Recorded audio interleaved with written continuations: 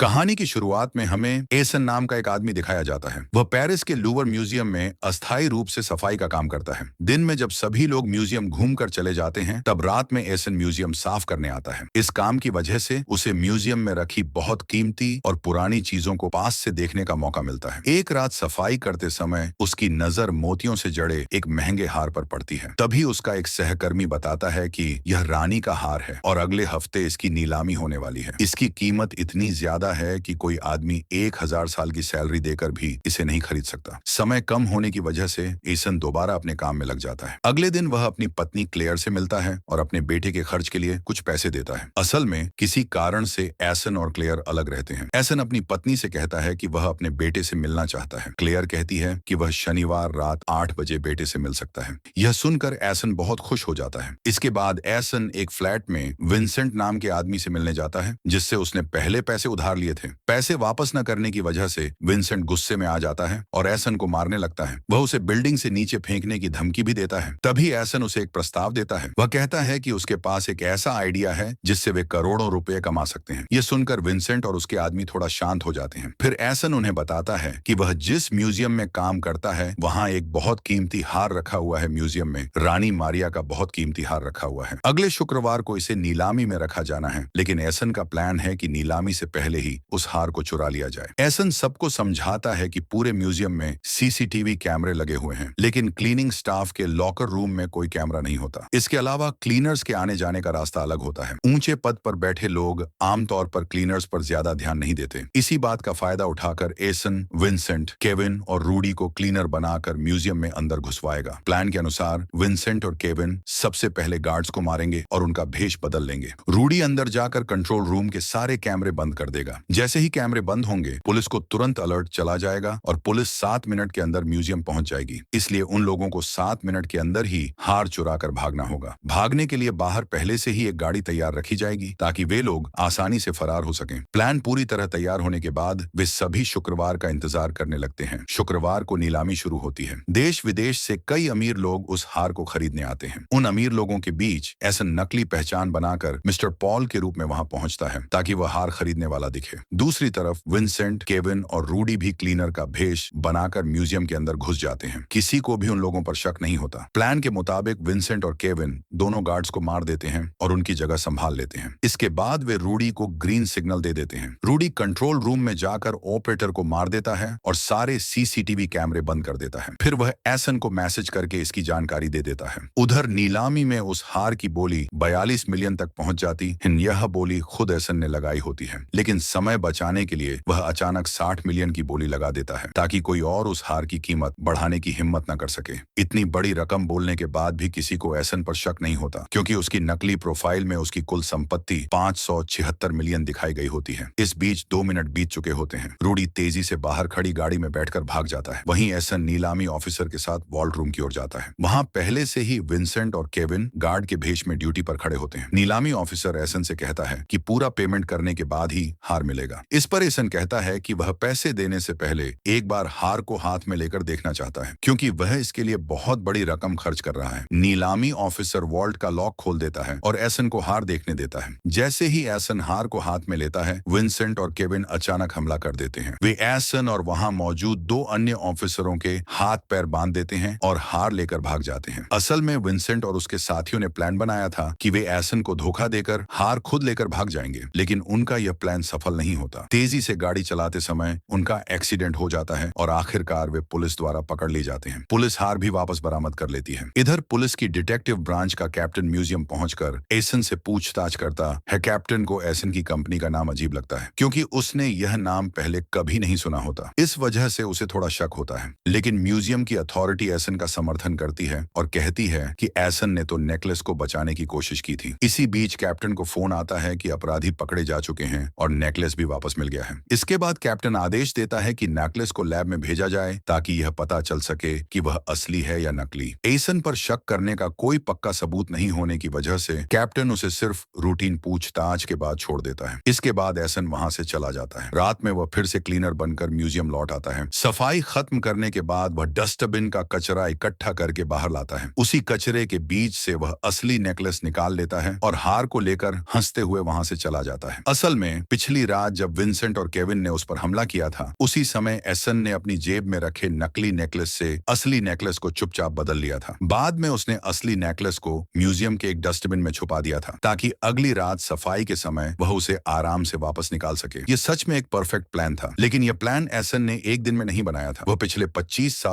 सालों से इस नेकलेस को पाने की तैयारी कर रहा था। लेकिन वह ऐसा क्यों कर रहा था, ये जानने के लिए हमें 25 साल पीछे जाना होगा। उस समय एसन के पिता बाबाकार पेलेग्रिनी परिवार में ड्राइवर की नौकरी करते थे। रानी का यह नेकलेस असल में पेलेग्रिनी फैमिली की ही संपत्ति था। एसन के पिता बहुत ईमानदार आदमी थे और पूरी मेहनत और सच्चाई से अपना काम करते थे। एक दिन मिस पेलेग्रिनी एसन के पिता से कहती हैं कि उनकी होम लाइब्रेरी में बहुत सारी किताबें हैं और वह चाहें तो पढ़ने के लिए किताबें ले जा सकते हैं। इसी वजह से एसन के पिता एसन के लिए आर्सेन लुपिन नाम की एक किताब लेकर आते हैं। कुछ ही दिनों बाद मिस्टर पेलेग्रिनी एसन के पिता पर नेकलेस चोरी का झूठा आरोप लगा देते हैं। इस झूठे आरोप की वजह से एसन के पिता को जेल जाना पड़ता है। एक दिन छोटा एसन अपने पिता से मिलने जेल जाता है। वहां वह देखता है कि उसके पिता ने अपमान सहन न कर पाने की वजह से फांसी लगाकर आत्महत्या कर ली है। यहीं से एसन के मन में उस नेकलेस को पाने की जिद पैदा हो जाती है। 25 साल बाद करीब एक हफ्ते पहले एसन को न्यूज से पता चलता है कि वह नेकलेस बरामद हो गया है और अब उसे लूवर म्यूजियम में रखा गया है। साथ ही यह भी खबर होती है कि एक हफ्ते बाद उसकी नीलामी होने वाली है। इसी वजह से एसन पूरा प्लान बनाता है। वह म्यूजियम में क्लीनर की नौकरी लेता है और अपने लिए एक फर्जी बिजनेस प्रोफाइल भी बनाता है। यहाँ तक कि विंसेंट से पैसे उधार लेना भी उसके प्लान का हिस्सा था। असल में वह सिर्फ उनकी मदद पाने के लिए पैसे लेने का नाटक करता है। नीलामी से पहले एसन अपने दोस्त बेंजामिन से बिल्कुल वैसा ही दिखने वाला एक नकली नेकलेस बनवाता है। इस तरह एक परफेक्ट प्लानिंग से असली नेकलेस आखिरकार एसन के हाथ लग जाता है। उधर इस केस के एक और अधिकारी इंस्पेक्टर यूसुफ को लैब से फोन आता है कि जो नेकलेस मिला था वह नकली है। यह सुनकर यूसुफ परेशान हो जाता है। तभी उसकी नजर डेस्क पर रखी आर्सन लुपिन की किताब पर पड़ती है। उसे समझ आ जाता है कि चोरी बिल्कुल आर्सन लुपिन की कहानी जैसी है। यूसुफ समझ जाता है कि चोर जरूर आर्सन लुपिन से प्रेरित है। अब सीन बदलता है। अगला दिन शनिवार होता है और आज एसन को अपने बेटे से मिलने जाना होता है। एसन अपने बेटे से मिलता है और उसे घुमाने बाहर ले जाता है। वह अपने बेटे को वही आर्सन लुपिन की किताब देता है जो उसके पिता ने 25 साल पहले उसे दी थी। असल में यही किताब एसन की जिंदगी बदलने वाली थी। इसके बाद एसन अपने दोस्त बेंजामिन से नेकलेस के बारे में बात करता है। जांच करने के बाद बेंजामिन बताता है कि पेलेग्रिनी फैमिली ने पहले झूठ बोला था। उनका कहना था कि 25 साल पहले चोरी के बाद इस नेकलेस के हीरे अलग अलग देशों में बेच दिए गए थे और बाद में वापस लाकर जोड़ दिए गए। लेकिन जांच में ऐसा कुछ नहीं निकलता। नेकलेस शुरू से बिल्कुल सही हालत में है। किसी भी हीरे पर एक खरोंच तक नहीं है। यह सुनकर एसन को पूरा यकीन हो जाता है कि यह नेकलेस कभी चोरी हुआ ही नहीं था। मतलब साफ था कि 25 साल पहले उसके पिता को झूठे केस में फंसाया गया था। तब एसन बेंजामिन से कहता है कि वह नेकलेस के सारे हीरे निकाल दे। इसके बाद एसन मिसेस पेलेग्रिनी को मिलने के लिए एक चिट्ठी भेजता है और सबूत के तौर पर उसके साथ एक हीरा भी भेज देता है। चिट्ठी में मिलने की जगह, तारीख और समय सब लिखा होता है। उसी के अनुसार मिसेस पेलेग्रिनी मिलने आती है। एसन पिज्जा डिलीवरी बॉय के भेष में उनसे मिलता है और पूछता है कि उन्होंने उसके पिता को नेकलेस चोरी के झूठे आरोप में क्यों फंसाया। लेकिन मिसेस पेलेग्रिनी पुलिस सुरक्षा के साथ आई होती है। उनके कपड़ों में स्पाई कैमरा और सुनने की मशीन लगी होती है। एसन यह समझ जाता है और तुरंत कैमरे को हाथ से ढक देता है। तब मिसेस पेलेग्रिनी पैसों के बदले मामला खत्म करने की पेशकश करती है, लेकिन एसन मना कर देता है। वह पैसा नहीं, अपने पिता की इज्जत वापस चाहता है। जैसे ही कैमरा बंद होता है, छुपे हुए पुलिस वाले उनकी तरफ बढ़ने लगते हैं। एसन खतरा समझ जाता है और तुरंत साइकिल उठाकर भागने लगता है। पुलिस उसके पीछे दौड़ती है। तभी वहां कई और पिछाचा डिलीवरी बॉय आ जाते हैं, जिससे पुलिस कंफ्यूज हो जाती है। शक में वे एक गलत डिलीवरी बॉय को पकड़ लेते हैं। उसी मौके का फायदा उठाकर एसन कपड़े बदलता है और आराम से वहां से निकल जाता है। असल में मिसेस पेलेग्रिनी से मिलने से पहले एसन ने उसी लोकेशन पर कई पिज्जा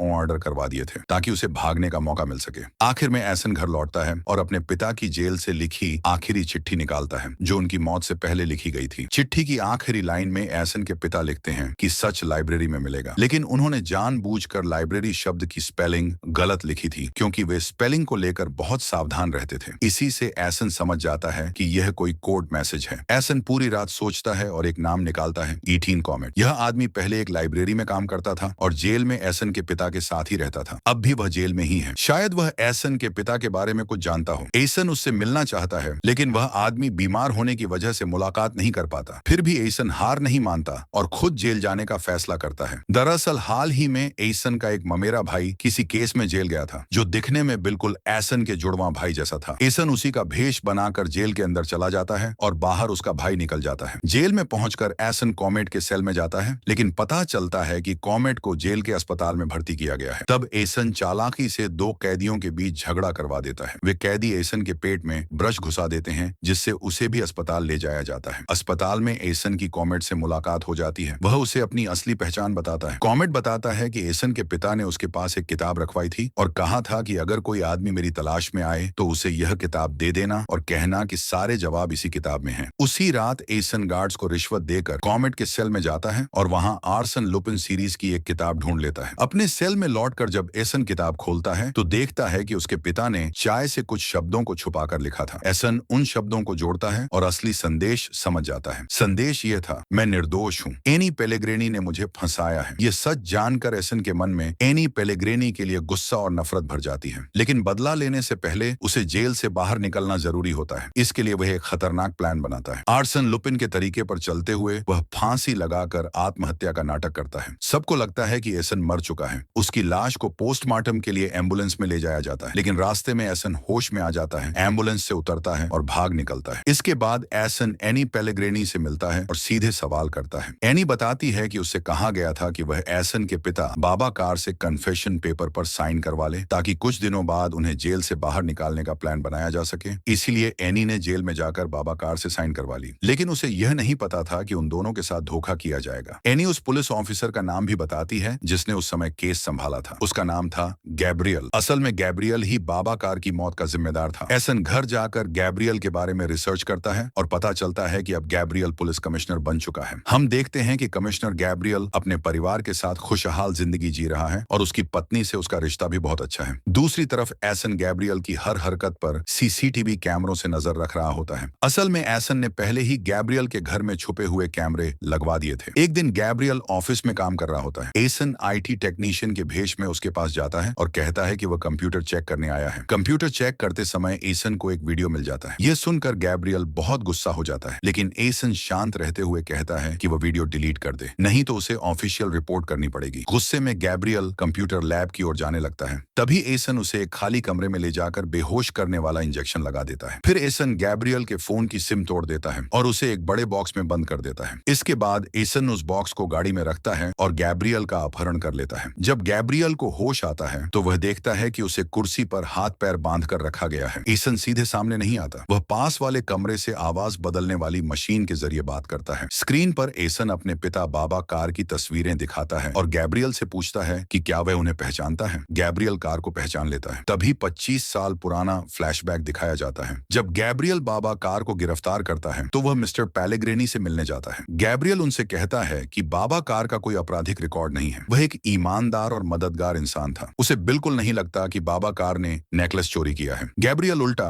मिस्टर पेलेग्रिनी पर शक जताता है। वह कहता है कि कुछ दिन पहले ही आपने नेकलेस का इंश्योरेंस बढ़ाया था, तो अगर वह चोरी होता है तो फायदा आपको ही होता। यह कहकर गैब्रियल सच्चाई पता लगाने की बात कहता है और वहां से चला जाता है। अब कहानी वर्तमान में लौटती है। एसन स्क्रीन पर अपने पिता की जांच रिपोर्ट और कन्फेशन पेपर दिखाता है, जिन सभी पर गैब्रियल के साइन होते हैं। एसन गैब्रियल से पूछता है कि जब उसे कोई सबूत नहीं मिला था तो फिर उसने उसके पिता को झूठे केस में क्यों फंसाया। बिना सबूत के उसके पिता को सजा क्यों दिलवाई गई और सजा कम करने के बहाने कन्फेशन साइन क्यों करवाया गया। गैब्रियल जवाब देने से बचने लगता है। तब एसन उसे उसके बैंक अकाउंट और भ्रष्टाचार के सबूत दिखाता है। एसन उसे ब्लैकमेल करता है और कहता है कि अगर उसने सच नहीं बताया तो वह ये सब सबूत उसकी पत्नी को भेज देगा। असल में गैब्रियल की पत्नी उसे एक ईमानदार और आदर्श इंसान मानती थी। इसी बात का फायदा एसन उठाता है। जब गैब्रियल फिर भी नहीं मानता तो एसन सच में उसकी पत्नी को फोन कर देता है। पत्नी की आवाज सुनते ही गैब्रियल डर जाता है और सच्चाई मान लेता है। वह बताता है कि उसने यह सब रिश्वत के बदले किया था। हालांकि उसने यह अपने शौक के लिए नहीं बल्कि अपने बच्चों के भविष्य के लिए मजबूरी में किया था। दूसरी तरफ डिटेक्टिव ब्रांच का कैप्टन बाबाकार की पुरानी केस फाइल देख रहा होता है। उस फाइल में कमिश्नर गैब्रियल का नाम भी लिखा होता है। तभी एक ऑफिसर आकर बताता है कि कमिश्नर का किडनैप हो गया है। ये खबर सुनते ही पूरे थाने में हड़कंप मच जाता है। वे सीसीटीवी फुटेज देखते हैं और उसमें एसन को देखते हैं, लेकिन वीडियो साफ न होने की वजह से उसे पहचान नहीं पाते। कमिश्नर का फोन भी बंद मिलता है। इंस्पेक्टर यूसुफ बताता है कि कमिश्नर के फोन में सिम के अलावा एक अलग ट्रैकिंग चिप लगी होती है। पुलिस उस चिप को ट्रैक करती है और कमिश्नर की लोकेशन पता कर लेती है। सब लोग उसे बचाने निकल पड़ते हैं। इधर एसन एआई की मदद से गैब्रियल का डीप फेक वीडियो बनाकर उसे ब्लैकमेल करता है और पूरी सच्चाई मानने की धमकी देता है। वह चेतावनी देता है कि अगर सच नहीं माना तो यह वीडियो सबके सामने आ जाएगा। डर के मारे गैब्रियल कहता है कि उसे बाबा कार के केस के बारे में इतना ही पता था। वह एसन से माफी मांगता है और वादा करता है कि वह किसी को भी एसन एसन के बारे में नहीं बताएगा। एसन कहता है कि भले ही पुलिस पर भरोसा करना मुश्किल है, लेकिन वह गैब्रियल पर भरोसा करके उसे छोड़ देता है। दूसरी तरफ पुलिस उस लोकेशन पर पहुंचती है और वहां एक बॉक्स मिलता है। बॉक्स खोलने पर अंदर सिर्फ कमिश्नर का मोबाइल होता है। ड्राइवर पूछताछ में बताता है कि उसे उबर से बुलाया गया था और उसे किडनैप के बारे में कुछ पता नहीं था। उसे सिर्फ सिटी हॉल से सामान लाने को कहा गया था। यह सुनकर इंस्पेक्टर यूसुफ कहता है कि कमिश्नर को जरूर सिटी हॉल में ही रखा गया होगा, क्योंकि यह आर्सन लुपिन की चाल है, सबका ध्यान दूसरी तरफ भटकाकर खुद सबसे पास रहना। यूसुफ पुलिस फोर्स के साथ सिटी हॉल पहुंचता है, लेकिन उनके पहुंचने से कुछ सेकंड पहले ही एसन वहां से निकल चुका होता है। पुलिस सिटी हॉल में जाती है और वहां कमिश्नर गैब्रियल पूरी तरह सुरक्षित मिल जाता है। अगले सीन में कैप्टन ऑफिसर सोफिया से बात करते हुए बिल्डिंग में आते हैं। उन्हें समझ नहीं आता कि 4 घंटे तक किडनैप रहने के बाद भी कमिश्नर कोई शिकायत क्यों नहीं कर रहा और किडनैपर ने कोई मांग क्यों नहीं रखी। इसी बीच इंस्पेक्टर यूसुफ कैप्टन को बताता है कि उसे एक अहम सुराग मिला है। वह कहता है कि नीलामी के दिन मिस्टर पॉल बनकर चोरी करने वाला और कमिश्नर को किडनैप करने वाला असल में एक ही आदमी था, एसन। साथ ही 25 साल पहले जब नेकलेस पहली बार गायब हुआ था, उस केस का इंचार्ज भी गैब्रियल ही था। इससे पुरानी और नई घटनाओं का पूरा कनेक्शन साफ हो जाता है। दूसरी तरफ कमिश्नर गैब्रियल घर लौटकर सारे स्पाई कैमरे ढूंढकर नष्ट कर देता है। फिर वह नहाने जाता है और तभी 25 साल पुराना एक फ्लैशबैक दिखता है। फ्लैशबैक में मिस्टर पेलेग्रिनी गैब्रियल को धमकाकर बाबा कार को फंसाने के लिए मजबूर कर रहे होते हैं। गैब्रियल को यह अंदाजा नहीं था कि इसकी वजह से बाबा कार आत्महत्या कर लेंगे। इतने साल बाद भी गैब्रियल इस बात को लेकर बहुत पछतावा महसूस कर रहा होता है। नहाने के बाद वह मिस्टर पेलेग्रिनी को फोन करता है और कहता है, बाबा कार के बारे में आपसे एक जरूरी बात करनी है। मैदान में एक नया खिलाड़ी आ गया है। यह कहकर वह फोन काट देता है। इसी समय गैब्रियल की पत्नी घर लौटती है। वह गैब्रियल को सही सलामत देखकर खुशी से उसे गले लगा लेती है। तभी अचानक टेबल पर रखा स्पीकर बजने लगता है। स्पीकर में वही बातचीत सुनाई देती है जो थोड़ी देर पहले गैब्रियल और मिस्टर पेलेग्रिनी के बीच फोन पर हुई थी। गैब्रियल ये बात पत्नी से छुपाने के लिए जल्दी से स्पीकर को फर्श पर गिराकर तोड़ देता है। अब सीन बदलता है और एसन को दिखाया जाता है। असल में यह स्पीकर एसन ने पहले ही गैब्रियल के घर में छुपा कर रख दिया था। इसी के जरिए उसने गैब्रियल और पेलेग्रिनी की बातचीत सुन भी ली और रिकॉर्ड भी कर ली। इसके बाद एसन एक remote control drone mister Pellegrini के घर में भेजता है ताकि पता चल सके कि अंदर क्या चल रहा है। कुछ देर बाद ड्रोन पेलेग्रिनी के होम ऑफिस रूम में पहुंच जाता है। पूरा ऑफिस लेजर लाइट से सुरक्षित होता है, इसलिए एसन बहुत सावधानी से ड्रोन को अंदर ले जाता है। ड्रोन से कई जरूरी दस्तावेजों की फोटो ली जाती है, लेकिन वापस आते समय ड्रोन गलती से एक लेजर लाइट को छू लेता है। इससे अलार्म बज उठता है। मिस्टर पेलेग्रिनी और सभी गार्ड्स अलर्ट हो जाते हैं। गार्ड्स ड्रोन को पकड़ने के लिए दौड़ते हैं और आखिर में ड्रोन दीवार से टकरा कर गिर जाता है। ड्रोन के अंदर मिस्टर पेलेग्रिनी को एक चिट्ठी मिलती है जिस पर लिखा होता है, मैं तुम्हें छोड़ूंगा नहीं। अगली सुबह कमिश्नर गैब्रियल नाश्ता कर रहे होते हैं। तभी अचानक एसन उनके सामने आकर बैठ जाता है। एसन को देखकर गैब्रियल डर और गुस्से में आ जाता है। एसन फिर से उसे ब्लैकमेल करता है। गैब्रियल गुस्से में कहता है कि वह एसन की मदद करेगा, लेकिन एक शर्त पर एसन उसे परेशान करना बंद करे। एसन उसकी बात मान लेता है। इसके बाद गैब्रियल एसन को बताता है कि फैबियन नाम का एक रिपोर्टर था जिसने मिस्टर पेलेग्रिनी पर जांच शुरू की थी और उसके गलत काम लगभग उजागर कर दिए थे, लेकिन आखिरी वक्त पर मिस्टर पेलेग्रिनी ने चारों तरफ से दबाव डालकर फैबियन को रोक दिया और उसका रिपोर्टर करियर खत्म कर दिया। गैब्रियल कहता है कि अब एसन को फैबियन से मिलना चाहिए, क्योंकि वही एकमात्र इंसान है जो उसकी मदद कर सकता है। इसके बाद एसन फैबियन के बारे में ऑनलाइन गहराई से रिसर्च करता है और फिर उससे मिलने जाता है। एसन उससे मिस्टर पेलेग्रिनी को तबाह करने में मदद मांगता है, लेकिन फैबियन मना कर देता है। फैबियन कहता है कि पेलेग्रिनी ने उसे इस कदर फंसा दिया है कि अब वह लोगों का सामना भी नहीं कर पा। उसकी पूरी जिंदगी कोर्ट और वकीलों के चक्कर में बर्बाद हो चुकी है। एसन उसे समझाता है और बताता है कि उन दोनों का दुश्मन एक ही है। वह अपने पिता के साथ हुई पूरी कहानी भी फैबियन को सुना देता है। फिर भी फैबियन एसन को खाली हाथ वापस भेज देता है। अगले दिन जब एसन काम खत्म करके घर लौट रहा होता है तो फैबियन खुद उसके सामने आकर खड़ा हो जाता है। फैबियन कहता है कि मिस्टर पेलेग्रिनी ने उसकी जिंदगी की सबसे कीमती चीज, उसका करियर छीन लिया। अब उसके पास खोने के लिए कुछ भी नहीं बचा, इसीलिए वह अब एसन की मदद के लिए तैयार हो जाता है। फैबियन एसन को अपने घर ले जाता है और दोनों मिलकर मिस्टर पेलेग्रिनी से बदला लेने की योजना बनाते हैं। एसन कहता है कि उसे ऐसा पक्का सबूत चाहिए जो पेलेग्रिनी की पूरी दुनिया हिला दे। फैबियन कहता है,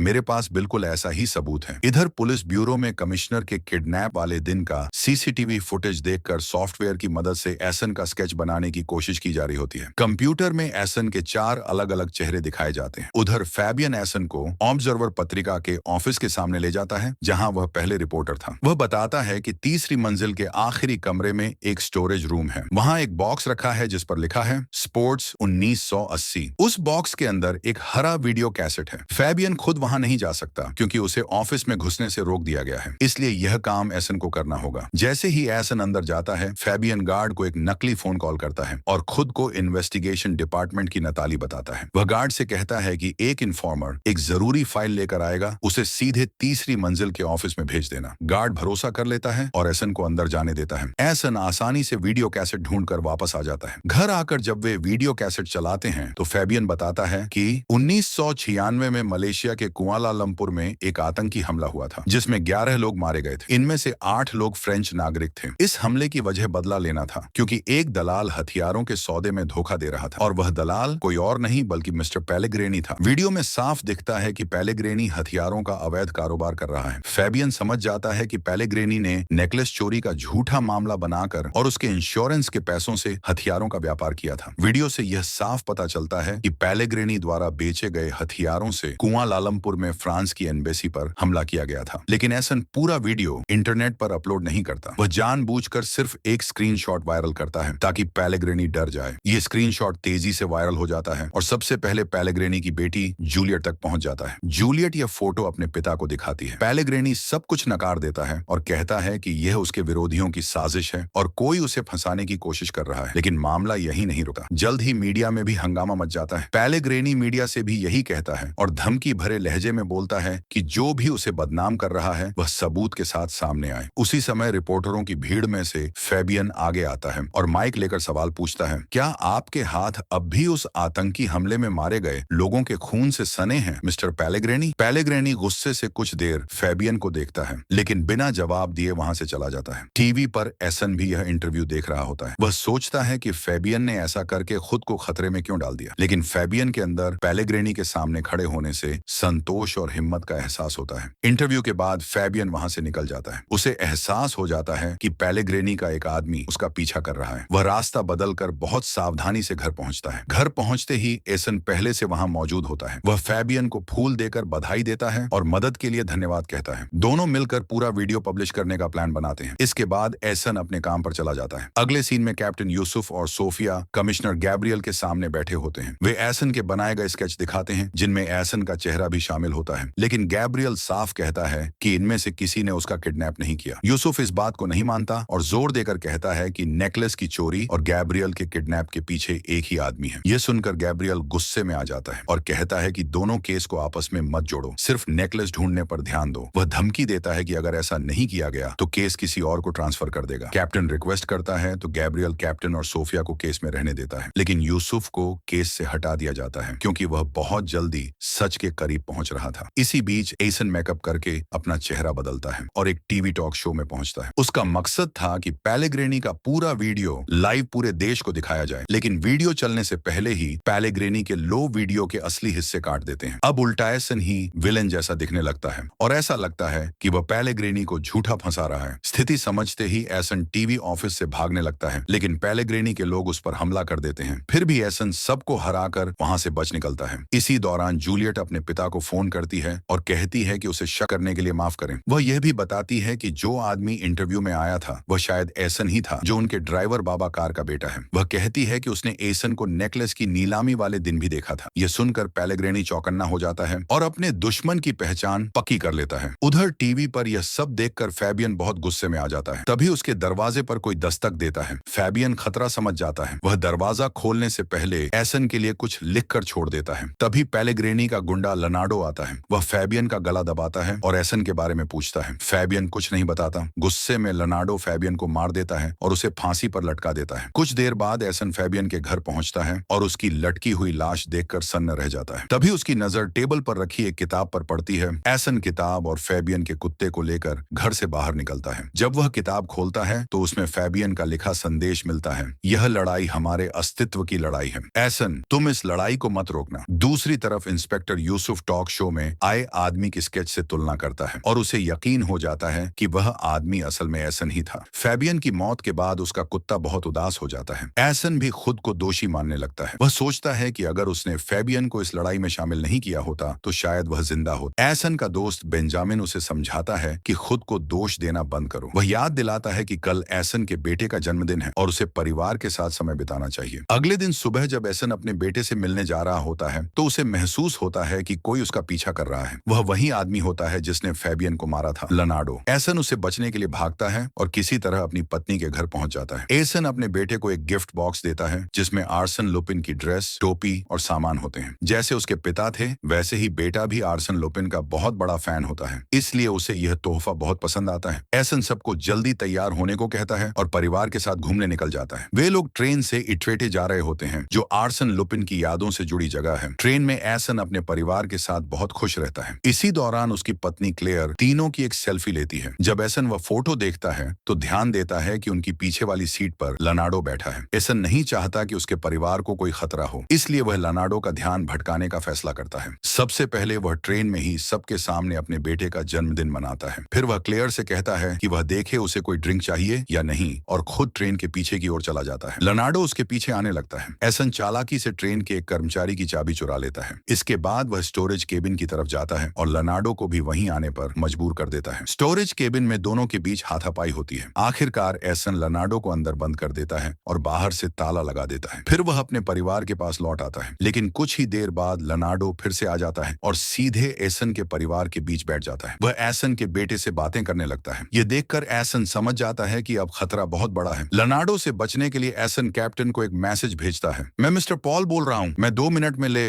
हरवे स्टेशन पहुंचूंगा। आपको चाय, सिंगारा और समोसा खाने का न्योता है। याद दिला दूं, नीलामी के दिन नेकलेस चोरी भी मैंने ही की थी। यह मैसेज पढ़ते ही कैप्टन तुरंत लोकल पुलिस स्टेशन को जानकारी दे देता है। जब ट्रेन स्टेशन पर रुकती है, एसन अपनी पत्नी और बेटे से कहता है कि वे पहले उतर जाएं। वह थोड़ी देर बाद आएगा। सबके उतर जाने के बाद लेनार्डो एसन से बात करने लगता है। लेनार्डो एसन से कहता है कि वह चुपचाप उसके साथ चले और उसके कहे अनुसार ही काम करे। एसन बिना किसी विरोध के लेनार्डो के साथ ट्रेन से उतर जाता है। उसी समय लोकल थाने की पुलिस दोनों को घेर लेती है, लेकिन पुलिस यह नहीं जानती थी कि मिस्टर पॉल असल में कौन है। सिर्फ शक के आधार पर पुलिस लेनार्डो को गिरफ्तार कर लेती है। जब लेनार्डो की तलाशी ली जाती है तो उसकी जेब से एक पिस्तौल और नेकलेस का एक डायमंड मिलता है। इससे पुलिस को लगता है कि असल चोर वही है। दरअसल ट्रेन से उतरने से पहले एसन ने चुपचाप वह डायमंड लेनार्डो की जेब में डाल दिया था। इसके बाद एसन आराम से अपनी पत्नी और बेटे के साथ समुद्र किनारे घूम रहा होता है। वह अपने बेटे को खेलने के लिए छोड़ देता है और खुद थोड़ी दूर क्लेयर के साथ टहल रहा होता है। उधर कैप्टन और सोफिया इटवेटे जाने की तैयारी कर रहे होते हैं। वे कमिश्नर गैब्रियल से इजाजत मांगते हैं। गैब्रियल हंसते हुए कहता है, वहां जाकर क्या करोगे? जिसे पकड़ा गया है वही पॉल है, असल चोर कोई और नहीं। वह आगे बताता है कि लेनार्डो के पास मिली पिस्तौल का लाइसेंस वैध है और डायमंड उसकी जेब में कैसे आया यह वह खुद भी नहीं जानता। यह सुनकर कैप्टन फिर से निराश हो जाता है और सोचता है, पॉल ने मुझे फिर से बेवकूफ बना दिया। इधर एसन और क्लेयर शांति से घूम रहे होते हैं कि अचानक उन्हें एहसास होता है उन्होंने काफी देर से अपने बेटे को नहीं देखा। दोनों घबरा जाते हैं और उसे ढूंढना शुरू करते हैं, लेकिन बेटा कहीं नहीं मिलता। असल में लेनार्डो बच्चे का अपहरण कर चुका होता है। जब एसन टूटे मन से वहां खड़ा होता है तभी पीछे से इंस्पेक्टर यूसुफ उसे आवाज देता है, लुपिन। और इसी पल के साथ लुपिन का पहला सीजन यहीं खत्म हो जाता है।